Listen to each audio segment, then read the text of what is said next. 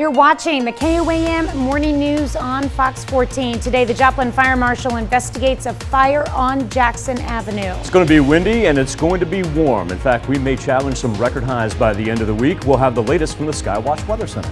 And a man is reunited with his lost dog after it ran off during bad weather. We'll have that story, all that and more coming up. The 4 states' most watched news starts now. Thanks for joining us for the KOAM Morning News on Fox 14. I'm Tanya Bach. Joplin Fire Marshals called in to investigate a house fire just after 11:30 Sunday morning. Fire crews were called to a home at 819 South Jackson. Acting Battalion Chief Dustin Lunlow tells us as he arrived, the front of the house was fully involved. No one was home at the time of the fire. However, one person was checked out by medical personnel as they were checking on occupants before first responders arrived. No firefighters were injured. Fire Marshal was called because the cause of the fire is currently unknown. KBI and Allen County Sheriff's Office make an arrest related to the death of an Allen County man. Officers arrested Raymond Maloney at his residence in La Harpe, Kansas. Maloney was arrested on suspicion of first-degree murder connected to the killing of 68-year-old Richard Deal. Authorities say Maloney and Deal were neighbors. Investigation is still ongoing and Maloney was arrested without incident. Lamar is the birthplace of our country's 33rd president, Harry S. Truman. And on Saturday, the city celebrated President Truman's birthday by having tours of his childhood home, vendors, World War II and reenactments, talent shows, and an assortment of other things. Yeah, this is a nice event that we have that we work with the Chamber of Commerce, and it brings a lot of local people to Lamar, and it's just a community event that we enjoy doing that's just to celebrate President Truman's birthday. President Truman was born May 8, 1884. On Saturday, Baxter Springs held its annual Cowtown Day Spring Fling. The event featured a parade highlighting local first responders, veterans, cars, the local high school band, and many other things. At the conclusion of the parade, there were food trucks and vendors set up for the city to enjoy. Absolutely. Oh, it's great. It's great. It's just when you're busy and when you've got kids and everything, it's an excuse to get together and just to kind of hang out and joke around, have a good time. So it's definitely critical to this kind of small town activity is that relationship aspect. This is the event's largest crowd since the pandemic. Nonprofit in Iola, Kansas is trying to bring more health care services to the area. The Pregnancy and Family Center held an open house Saturday and hosted a flower basket fundraiser. The group sold all 60 and donations from that will go towards an ultrasound machine for the facility. The organization says the goal of getting the machine to make ultrasounds more accessible for the area. One of our goals are to help a mom who may feel like I can't have this baby, and that we would support her and help her to see that she can have that baby because there's much more support than what she could imagine out there, and we are part of that support. Pregnancy Center's hope is that a new ultrasound can help expecting mothers feel better taken care of in the community. Almost 11 years after a tornado devastated the Joplin community, an event to honor the 161 victims and celebrate Joplin's growth and resilience takes place. The Joplin Memorial Run honors those lost by providing tornado relief and now focuses on improving the health of Joplin residents. Proceeds from this year's race will go towards a sculpture to remember those lives lost. At the Harry Cornell Arts and Performance Complex, it will resemble the banners along the race route and will have the names of all 161 victims around the base.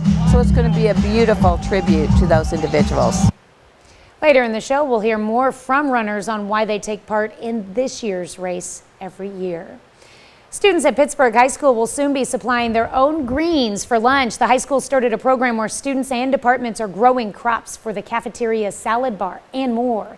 Project takes after an indoor growing system used by Leafy Greens in Pittsburgh. The school sees this as a great learning and business opportunity for students.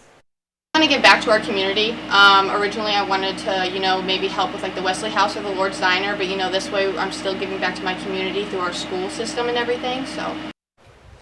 Students are currently growing lettuce, but have the capabilities to grow more diverse crops. San Francisco firefighters, with the help from San Francisco Animal Care and Control, rescue a baby fox that was stuck in a pipe. It happened Sunday afternoon at a construction site near Oracle Park, home of the San Francisco Giants. Firefighters used power saws and cooling water under the supervision of San Francisco Animal Care and Control. The fox taken to animal rescue and will be okay. I wonder how they knew it was there.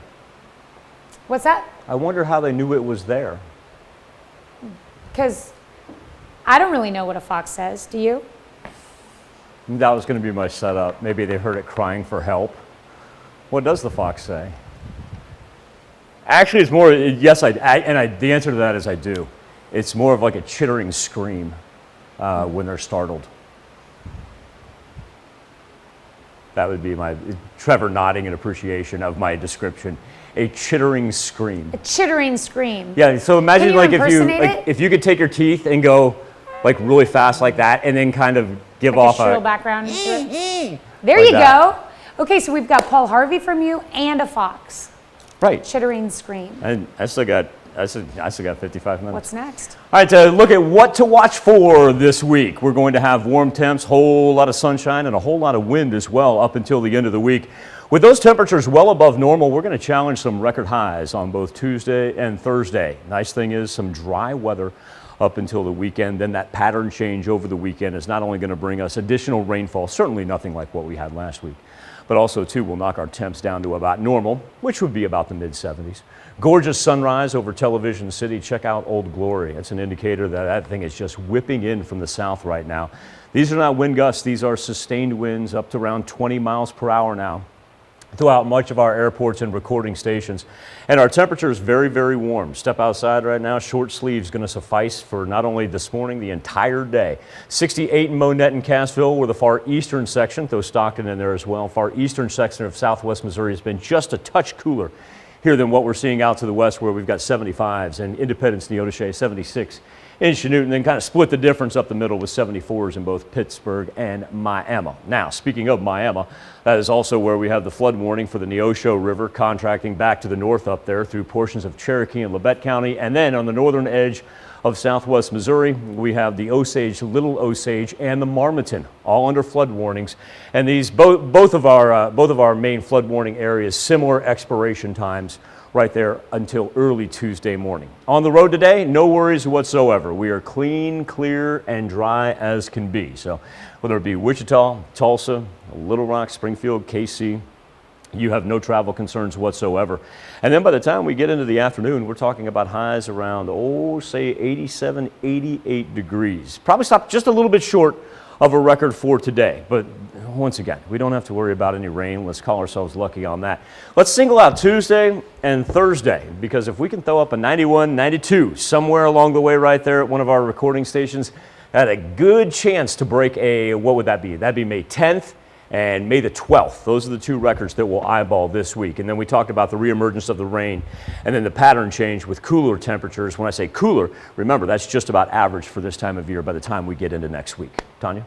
All right, well, up next, pre-cooked chicken gets recalled due to risk of food poisoning. And later, we meet a postal worker with a mission to collect food for those who need it. You're watching the KOAM Morning News on Fox 14. New research says adding more greens and fruits, orange color in your diet can help to prevent dementia. Analysts from the National Institute on Aging in Baltimore say a diet rich in antioxidants can slow down dementia. The team studied the blood exams for antioxidants of 7,300 participants between the ages of 45 and 90 for 26 years, and they found people with the highest levels of zeaxanthin and lutein in their blood had fewer risk of developing the illness compared to others. Researchers say foods like broccoli, peas, and multicolored fruits, especially those that are orange, are rich in those nutrients. Federal agency expands a recall of some pre-cooked chicken that may not have been properly prepared. The Department of Agriculture's Food and Safety Inspection Service says Wayne Farms is recalling about 585,000 pounds of ready-to-eat chicken. Chicken breasts were shipped to distributors nationwide. Chicken could be undercooked posing a possible food poisoning risk. 30,000 pounds were first recalled, but after a customer complaint, recall expanded. For a lot of information, you can go to the website fsis.usda.gov. A recent study suggests influencers might be promoting unhealthy foods on social media. Researchers from the Netherlands say many social media creators share food content that does not meet the World Health Organization's quality for advertising to kids. The team analyzed the meal post of 6 popular German influencers who had an audience between 13 to 17-year-olds. They found that 75% of the posts featured foods high in fats, sugars, and salt. Scientists say the marketing of unhealthy foods to children is related to weight gain and poor eating habits. We know they all have those YouTube influencers. Emperor penguins living in Antarctica are in severe danger of extinction. Researchers at the Argentine Antarctic Institute believe the endangered species might disappear within 30 to 40 years due to climate change destroying their natural habitat. Emperor penguins rely on marine ice to survive. It's where they reproduce and raise their baby chicks. As global temperatures rise and the ice breaks apart and melts, the chicks die because they haven't developed waterproof feathers yet, leaving them vulnerable to the frigid temperatures and the water. I have nothing bad to say about penguins. No, I just figured you'd start impersonating someone who's recently narrated a penguin documentary or something. Not gonna lie to you, like if I could carry an egg between my feet over hundreds of miles of ice, I would brag about it. I cannot do that, but I would definitely tell you about it, that is for sure. We should highlight them again come Father's Day, because penguins are like those dudes. Because nothing says Father's Day like penguin videos. Yes. Mark my words, folks. Daily Almanac on this May the 9th would put our record high up around 89 degrees. We'll scrape close to it. I don't think we'll be able to exceed it and break that record that dates back to 2011. Here we are over 7th and Rangeline. Been a gorgeous, gorgeous start. 75 degrees already. Look at that wind gust coming out of Joplin Regional Airport. 32 miles per hour, and that's something that we're going to have to fight all week long. Of course, that also bumps our temperatures up, makes it very warm. Latest gust at Martin Johnson Airport in Chanute registering at 34 miles per hour. Clean Skywatch storm tracker throughout the entire Midwest. Don't have to worry about any precipitation. That will be a positive because we still have a couple of flood warnings in effect. We've got the Osage, Little Osage, and the Marmaton up toward Vernon County in southwest Missouri, the Neosho River, then running from Labette and the portions of Cherokee down into Ottawa County and northeast Oklahoma. Similar time frames on both of those, not expected to expire until early Tuesday morning. Now, even with the winds that we're having, the high wind advisories, the red flag warnings, they stay out to our far west. Even though we're coming in at 35 miles per hour, we haven't had anything pop up around that. But I do want to point out with our flood warnings, look at the little dots of green from that storm system through last week, all the way down into East Texas and as far east as New York State. All part of that same storm system that gave us the record-breaking rain. Little warm bubble right here through the Midwest, and even with the ridge of the jet stream, that's that elevated area over the Great Lakes, we're going to be able to stay warm for really the next 5 consecutive days. Afternoon planner lifting us up into the mid to high 80s. And as far as future track goes, dry. That is the key factor. Now, humidity also going to set in. So when we talk about our outdoor activity forecast, in particular, I want to point out Tuesday and Thursday, those 2 days that we have the chance to break a record. But other than that, I know everybody's chomping at the bit, especially coming off of last week, wanting to be outside, enjoy sunshine and fresh air. Monday and Tuesday, we're going to go ahead and keep those in that good category. And you'll notice everything just kind of skirts up. It's mainly the upper plains that are going to absorb the most of this week's rain. There we are with Tuesday and Thursday. That's the 90 and the 89. And then as we work into the weekend, the reemergence of rain. Look at that Sunday temperature. Remember, while that's a far cry from where we'll top out this week, that's right on par with the middle of May. We're going to come back. A couple of special guests in the studio. Jeremy Carrier and Dwayne Dreiling, trying to help us out and help feed the 4 states, something that, of course, is near and dear to us here on Fox 14, and how you can help the United Way of Southwest Missouri and Southeast Kansas when we return right after this. Welcome back to the KOAM Morning News on Fox 14. A couple of special guests in the studio. One I've known for a long time and one I'm very fortunate to have with us. Dwayne Dreiling from the United Way of Southwest Missouri and Southeast Kansas, and Jeremy Carrier of, do I say Joplin Post Office? Yeah, I'm from the Joplin Post Office. We're here to talk about an event that's coming up this Saturday. It's called Stamp Out Hunger. And this is 4 statewide, put together by the United Way, sponsored by our great mail carriers. And we're going to find out how we all can help. And it's as simple as, hey, the trip out to your mailbox. Yep. It's that easy. How easy is that? So, Dwayne, I want to start with just the genesis of this, because one of the things that you're pressing is, okay, me as John Q. Public, I think about feeding the needy at Thanksgiving, at Christmas, and there's a large gap in between those two times. Yep, absolutely. And we've been partnering with the Post Office, National Post Office, for over 25 years now. United Way and the Postal Carriers Association. And, you know, this comes at a very important time. As we're entering school, or entering the end of school season, many of these kids are going to be home, and that's at a time when people don't think about donating to the food pantry. So it's perfect timing for the letter carriers food drive. Stock up those food pantries before summer starts, before the school kids are home from school. Yeah, we both have kids, and we know during the summer your food bill goes up. Absolutely. And think about those families that are experiencing food insecurity, and now all of a sudden you have kids at home that aren't going to school and they want breakfast. We talked earlier about different types of breakfast items that you can donate, whether it's a box of cereal or different things. And so that's really, really important as we enter the summer season. Jeremy, from your aspect, being a part of this, from the mail carrier part, as far as the involvement, you're a father as well.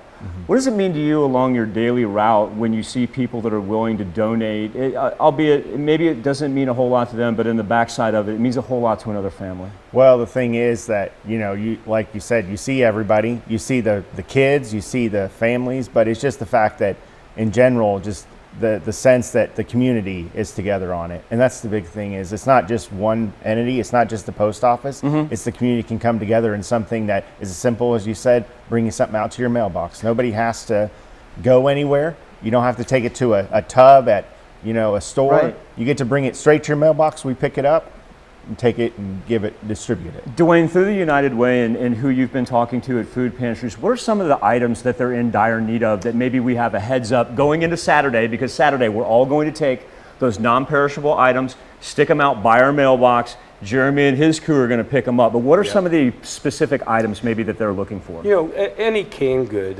You know, we talk about, you know, whether your canned goods, whether it be canned vegetables or things.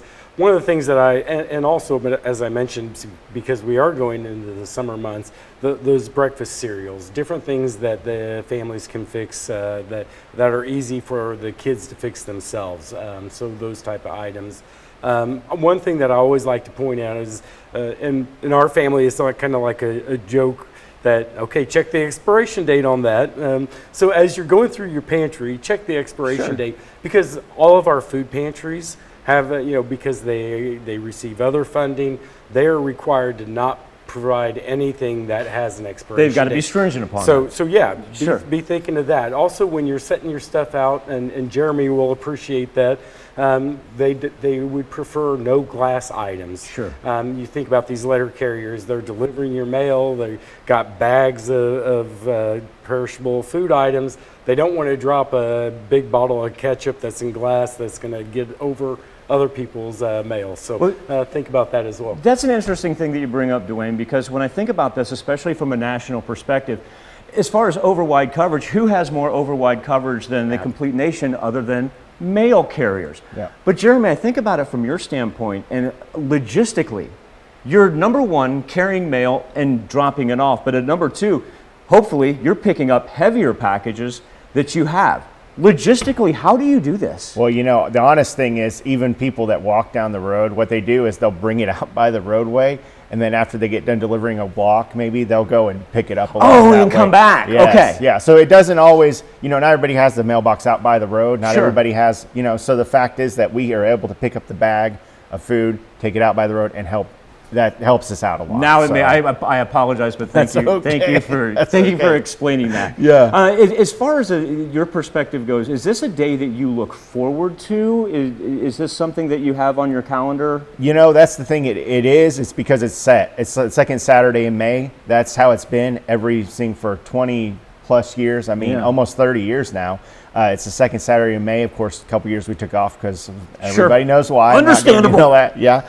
And but the fact is that, yeah, you know, we don't. The fact that we deliver every day, it's not, our schedules are very packed with that. It's not like we can volunteer to a lot of things. So the fact that we get one day to help, I think that makes a big difference for us. It makes a big difference for us as well. Dwayne, kind of take us through the particulars once again, because like Jeremy said, this has been going on for 2 decades, but it's always great to have a friendly reminder when it hits the calendar. Yep, this Saturday, set your non-perishable, and you should be getting a postcard in the mail. Try to put that postcard on your bag or that. Things have changed a little bit, and people have a lot of things delivered to their house. Good point. And they don't want to pick up something that isn't supposed to be picked up. So try to identify it or make sure it's right by your mailbox so they know to pick that up. That's really smart. I didn't think about that. Dwayne, I want to thank everything that you do for the 4 states through the United Way of Southwest Missouri and Southeast Kansas. Jeremy, it's been a pleasure. And thank you and all everybody that you work with, mail carriers across the United States, for helping those food pantries, and also to Jeremy reminding us that while it may come top of mind during holiday season, this is an important time of year. Every time is an important time, and you guys help us out by doing that. Well, you're welcome. Jeremy Carrier and Dwayne Dreiling. We'll be back with more KOAM Morning News on Fox 14 right after this.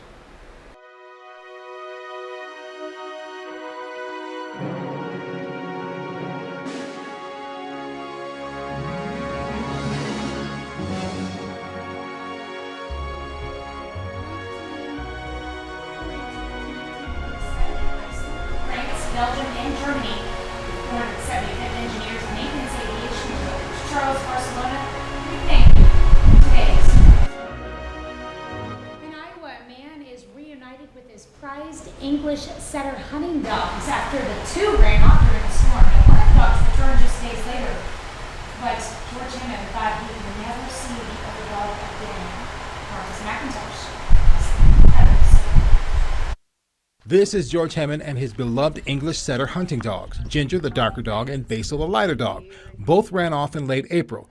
Ginger appeared days later. After 10 days, he had lost hope he would ever find Basil.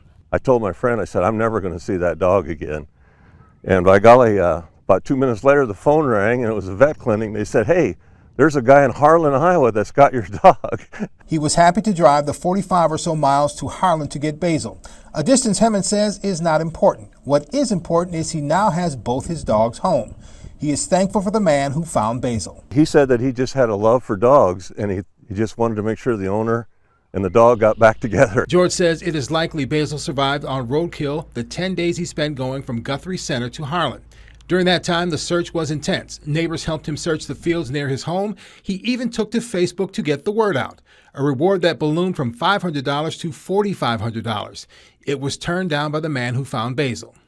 Finding Ginger was not as dramatic or take as long. In fact, after being missing for 4 days, Ginger found him. And I was sitting in a chair on the yard, and all of a sudden I looked across, and here came this dog. He says the dogs went missing when he let them outside on a rainy, windy Friday, April 22nd.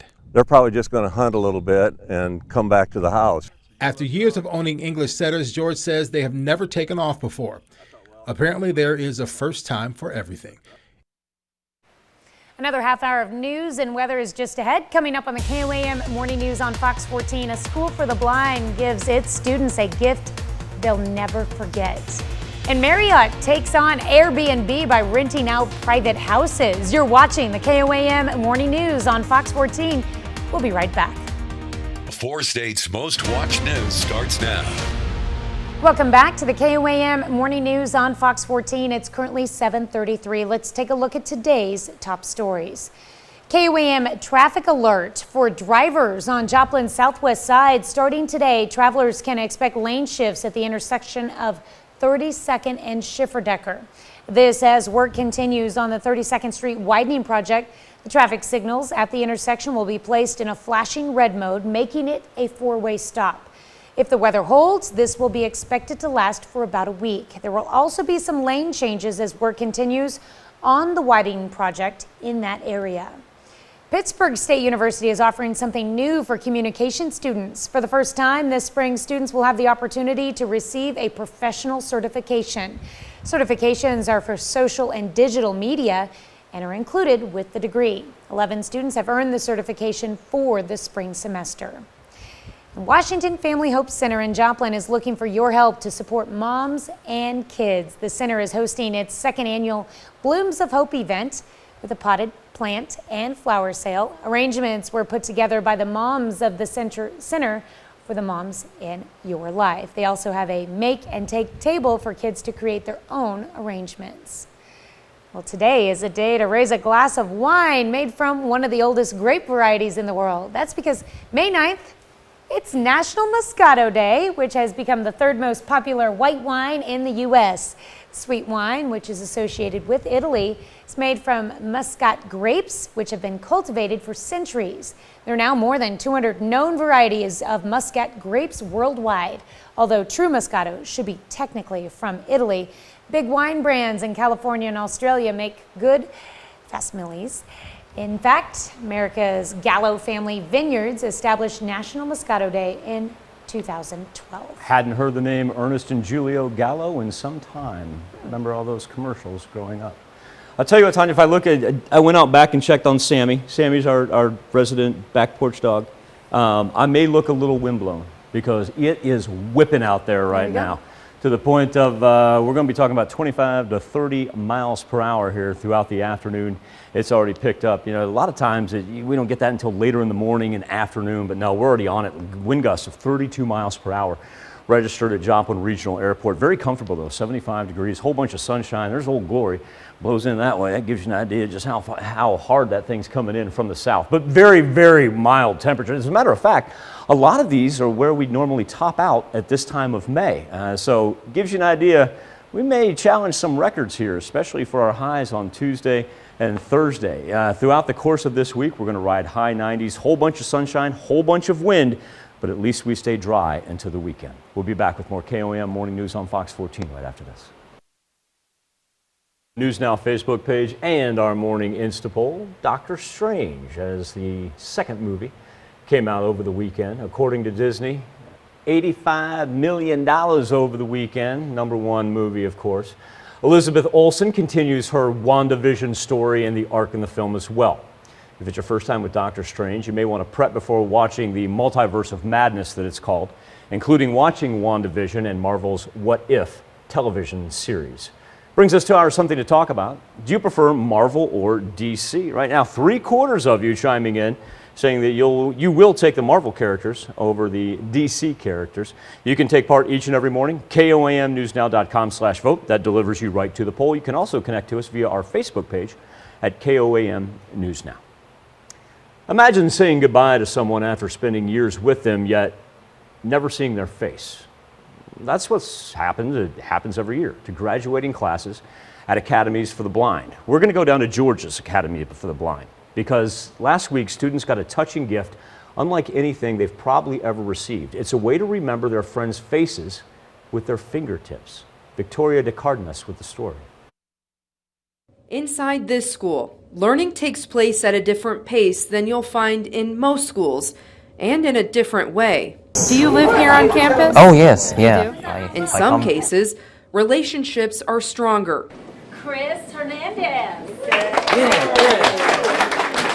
And students lean on each other and educators more than most. This is 22-year-old Michael Munn's last year with the school and his friends he's become so close with. It's more inclusive, and I can hang out with people who are more like, actually who is more like me, since I have a vision impairment, right. The people who surround me also have a vision impairment. Until recently, his memories were only kept in his mind. Photos and videos have no place in his world. Thursday afternoon, that changed. Michael Munn.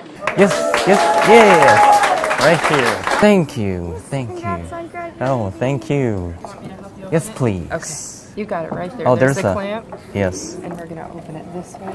Oh, this way. It opens this way.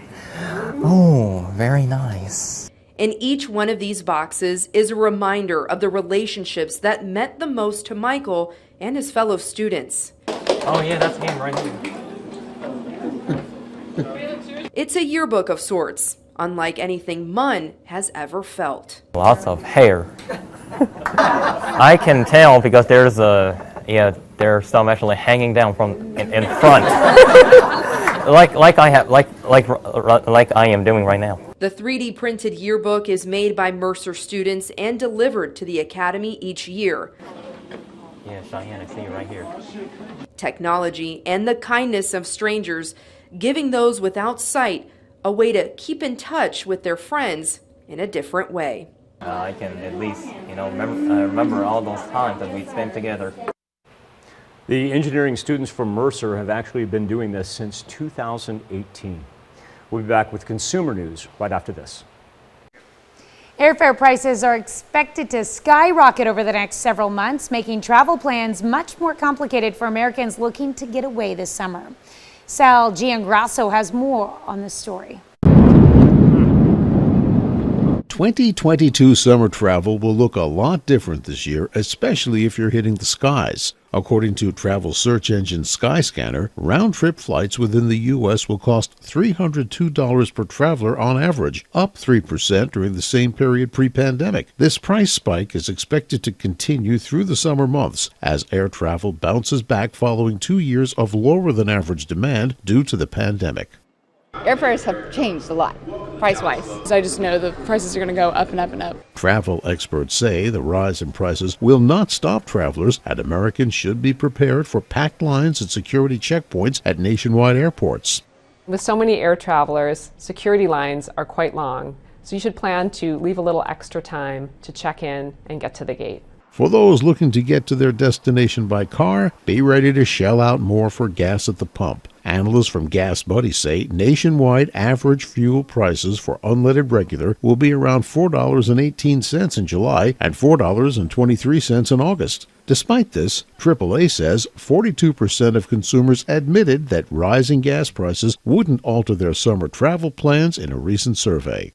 We're seeing, unprecedented levels of demand. People are out there traveling again. People are really eager to get back out there and rediscover places that have been closed for so long. To deal with the unprecedented number of air travelers, the TSA says they will hold hiring events in the coming weeks to fill positions as they continue to deal with staffing shortages nationwide. The world's largest hotel company is trying to take Airbnb on directly by offering private homes for rental. Marriott International has signed up 60,000 properties to add to its 1.5 million hotel rooms. The hotel chain said it created its homes and villas, offering to meet the growing demand for short-term rentals. By comparisons, Marriott's initial offering was considerably smaller than Airbnb's 6 million listings. Marriott says all of its properties come with its guarantees as well as its loyalty rewards program. In many cases, travelers can also receive hotel benefits like access to resort amenities without having to go inside a lobby. The nationwide shortage of baby formula continues to get worse. In early April, the out-of-stock rate jumped to 31%, and that's according to Data Assembly, retail inventory experts. In 6 states, Iowa, the Dakotas, Missouri, Texas, and Tennessee, more than half of baby formula supplies were completely sold out. CVS confirmed Saturday that it is limiting customers to 3 toddler and infant formulas per transaction. Target says it has limited baby formula purchases to 4 units per customer for online sales. Social media posts from customers indicated Walmart was pursuing a similar policy, but there's no confirmation from the retail giant. Supply chain issues, along with the FDA shutdown of an Abbott Nutrition manufacturing plant in Michigan, are compounding the problem. We'll be right back with more after this, but first, let's take a look at the market prices before the opening bell.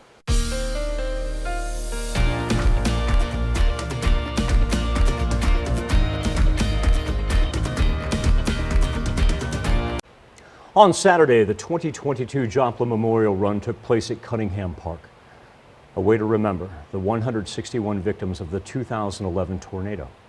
KOAM's Bronte Sorotsky was there, speaking with runners on the significance of joining the run as well as how the city remembers those that were lost.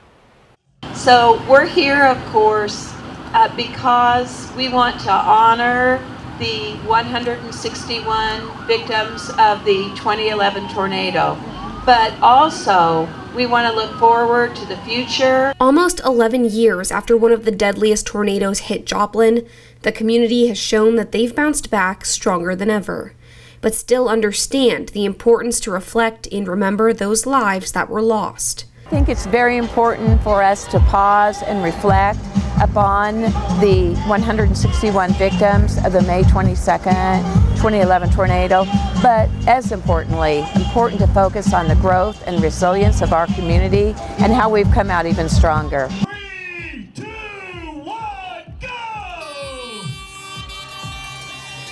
The Memorial Run brings out people from all over the 4 states who want to show support to those who are no longer with us. And it's really touched me to be able to run in this race and run for those people who passed away in the tornado. And it's just been a really great experience for me to see how the community comes together, especially after the tornado and all of its effects that happened. Well, so the pond over there has like this little plaque on the ground that says that the pond is dedicated to the kids who will never play on the playground. And I have 4 kids, and and I can't imagine losing them like that, and so I run for that.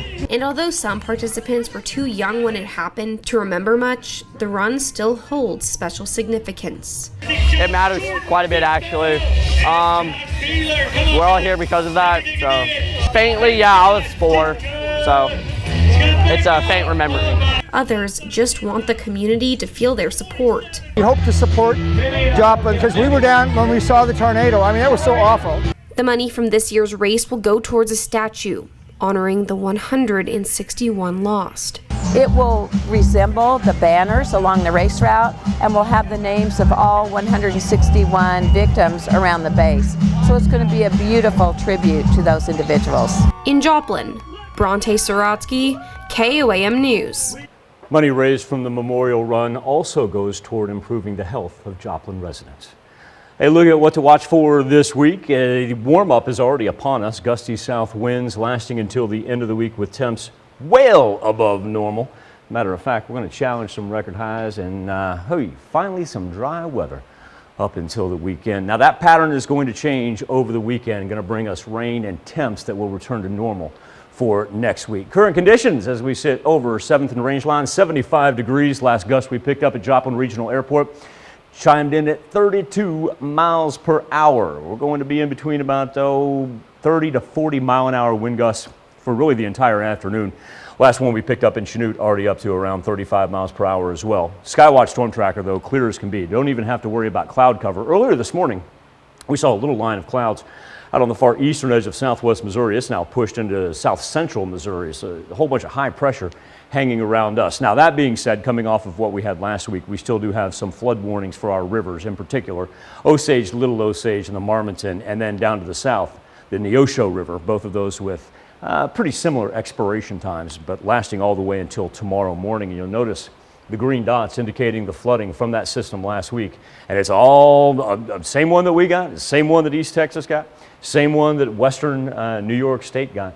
And portions of Pennsylvania right there, Pennsylvania and Ohio right there along the state line as well. So it was impressive. It was impressive in scope, and we know it all too well about the damage that it can cause. Skywatch Storm Tracker for us, a little warm bubble. Look at that, extends all the way into the upper plains. And speaking of the upper plains, that's where we see the majority of this week's severe weather, where we got a chance to calm down. The thing we're going to be talking about this week is challenging record highs, in particular on Tuesday and Thursday. I think we're going to fall just a little bit short today, but then Tuesday and Thursday, we got a chance to set records here twice in the span of 1 week. Wednesday and Friday looking delightful. Friday night into Saturday, that's when the rain reemerges. And you notice when we say cool down, that's just in comparison to what else we have on the 7-day forecast, because that 73, that's not a far cry from our normal temperature for the middle of May.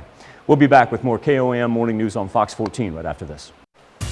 Welcome back to the KOAM Morning News on Fox 14. Here's what's happening today. In eastern Ukraine, a Russian bomb destroys a school, sheltering some 90 people. Dozens are feared dead. The provincial governor says 30 people were rescued from the rubble. First Lady Jill Biden made a Mother's Day visit to western Ukraine. She met with the besieged nation's First Lady, who has not been seen publicly since the war began in February.